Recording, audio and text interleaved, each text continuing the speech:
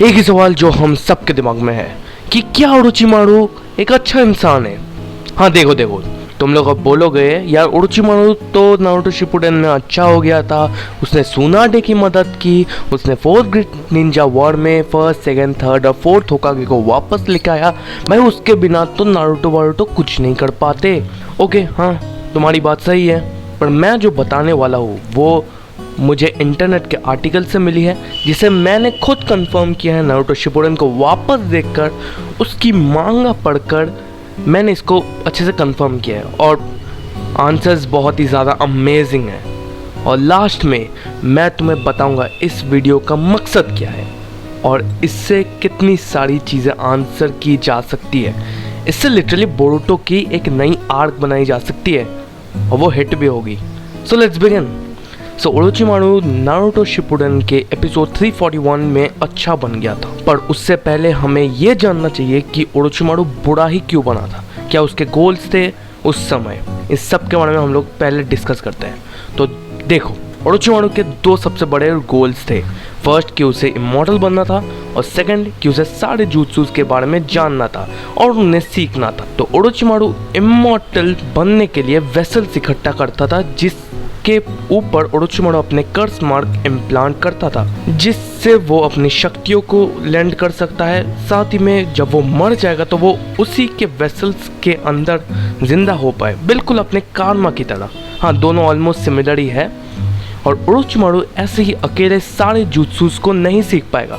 वो क्या, कोई भी शिनोबी नहीं कर पाएगा एक्सेप्ट वन ब्रीड। हाँ ब्रीड, उचिहास। तुम लोगों को पता ही होगा कि ककाशी को कॉपी निंजा क्यों कहा जाता है, क्योंकि वो 1000 jutsus को परफॉर्म कर सकता है with the help of Sharingan. तो एक उचिहा, एक प्योर उचिहा जिसके पास शारिंगन है, वो क्यों नहीं कर पाएगा कॉपी इन jutsus को? द आंसर इज हाँ, शारिंगन से तुम jutsus कॉपी कर सकते हो, उसे सीख सकते हो और उसे अपने ओपोनेंट्स के अगेंस्ट यूज भी कर सकते हो। और ओरोचिमारू को इसलिए इटाची चाहिए था। एक नया वेसल भी उसे मिल जाएगा इटाची के फॉर्म में, साथ ही में उसे शारिंगन की पावर्स भी मिल जाएगी, जिससे वो jutsus को बहुत इजीली कॉपी करके उनका इस्तेमाल कर सकता है। पर तुम्हें पता है इटाची ने उसे वन शॉट गेंजुत्सु में डाल दिया था और हरा भी दिया था, इजी पीजी। पर ओरोचिमारू रुका नहीं, वो फिर सास्के के पीछे चला गया और उससे पता था कि सास्के इटाची को मारना चाहता है, वही उसका अल्टीमेट गोल है। तो उसने ट्रेड किया सास्के के साथ कि वो उसे ट्रेन करेगा, इटाची के लेवल तक स्ट्रॉन्ग बनाएगा उसे। उसके बदले सास्के को उसका वेसल बन के रहना पड़ेगा और फ्यूचर में ओरोचिमारू उसके बॉडी को कैप्चर कर लेगा। सास्के को सिर्फ तब इटाची को मारना था, तो उसने इस ट्रेड को स्वीकार किया। फिर तुम्हें पता है कि सास्के बहुत ज़्यादा पावरफुल बना।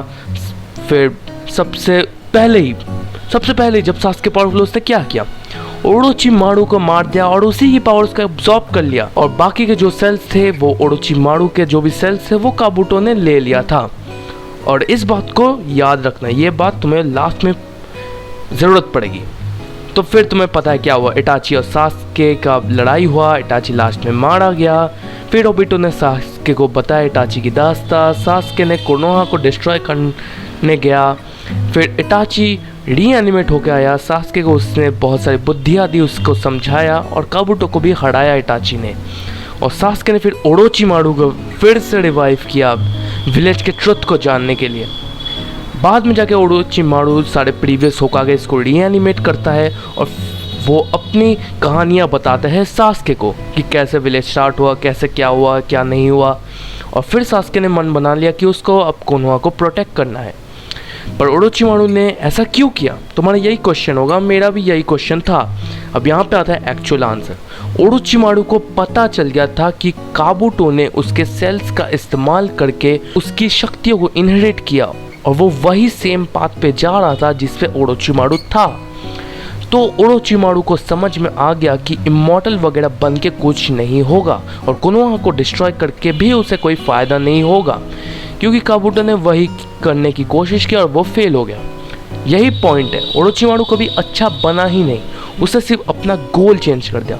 उसको पता चल गया था कि ये सब करके कुछ होगा नहीं और उसने अल्टीमेटली कोनोहा की मदद की। और बाद में जाके जब नारुतो होकागे बना, उसने ओरोचिमारू को फिर कोनोहा का एक पार्ट माना और उसके सारे गुनाह माफ़ कर दिए उसने। या और नारुतो नाते भाइयों, तुम लोग पूछोगे कि इस वीडियो का मतलब क्या है, क्या प्रूफ है तुम्हारे पास कि ओरोचिमारू बुरा है, इससे क्या होगा, ये वीडियो बनाने का क्या मकसद है तुम्हारा? तुम लोग अभी भी इस चीज़ को समझ नहीं रहे हो। ओरोचिमारू चाहे तो वो अभी चाहे तो वो कोनोहा को बिट्रे कर सकता है। वो कभी अच्छा बना ही नहीं था, वो कभी भी चाहे और वो कोनोहा को बिट्रे करके कोनोहा को वापस डिस्ट्रॉय कर सकता है। और मेरी मानो तो वो कर सकता नहीं है, कर रहा भी है। ओरोचिमारू के पास इतनी पावर तो है। वो भाई जब वो अपने प्राइमल फॉर्म में भी नहीं था, सेकंड ग्रेट निंजा वॉर में वो अपने प्राइमल फॉर्म में नहीं था, फिर भी उसको लेजेंडरी सानिन का टैग मिल गया था। तो अभी तो वो प्राइम फॉर्म में है, तो तुम समझ रहे हो कि वो एक वर्ल्ड लेवल थ्रेट बना सकता है अभी वो चाहे। पर उन चीज़ों के बारे में हम नेक्स्ट वीडियो में बात करेंगे, जिसमें मैं बताने वाला हूँ कि ओरोचिमारू इनडायरेक्टली या डायरेक्टली किसी भी तरह वो कुछ चीज़ों में शामिल है, जो हमें एनिमे में और मांगा में तो नहीं दिखाया गया, पर शायद बाद में जाके हमें पता भी चल सके। पर ये सिर्फ थ्योरीज होने वाली है। और ये सब सुन के तो मिल लगेगा सांप तो सांप ही होता है, पीठ पीछे तो विष ही देता है।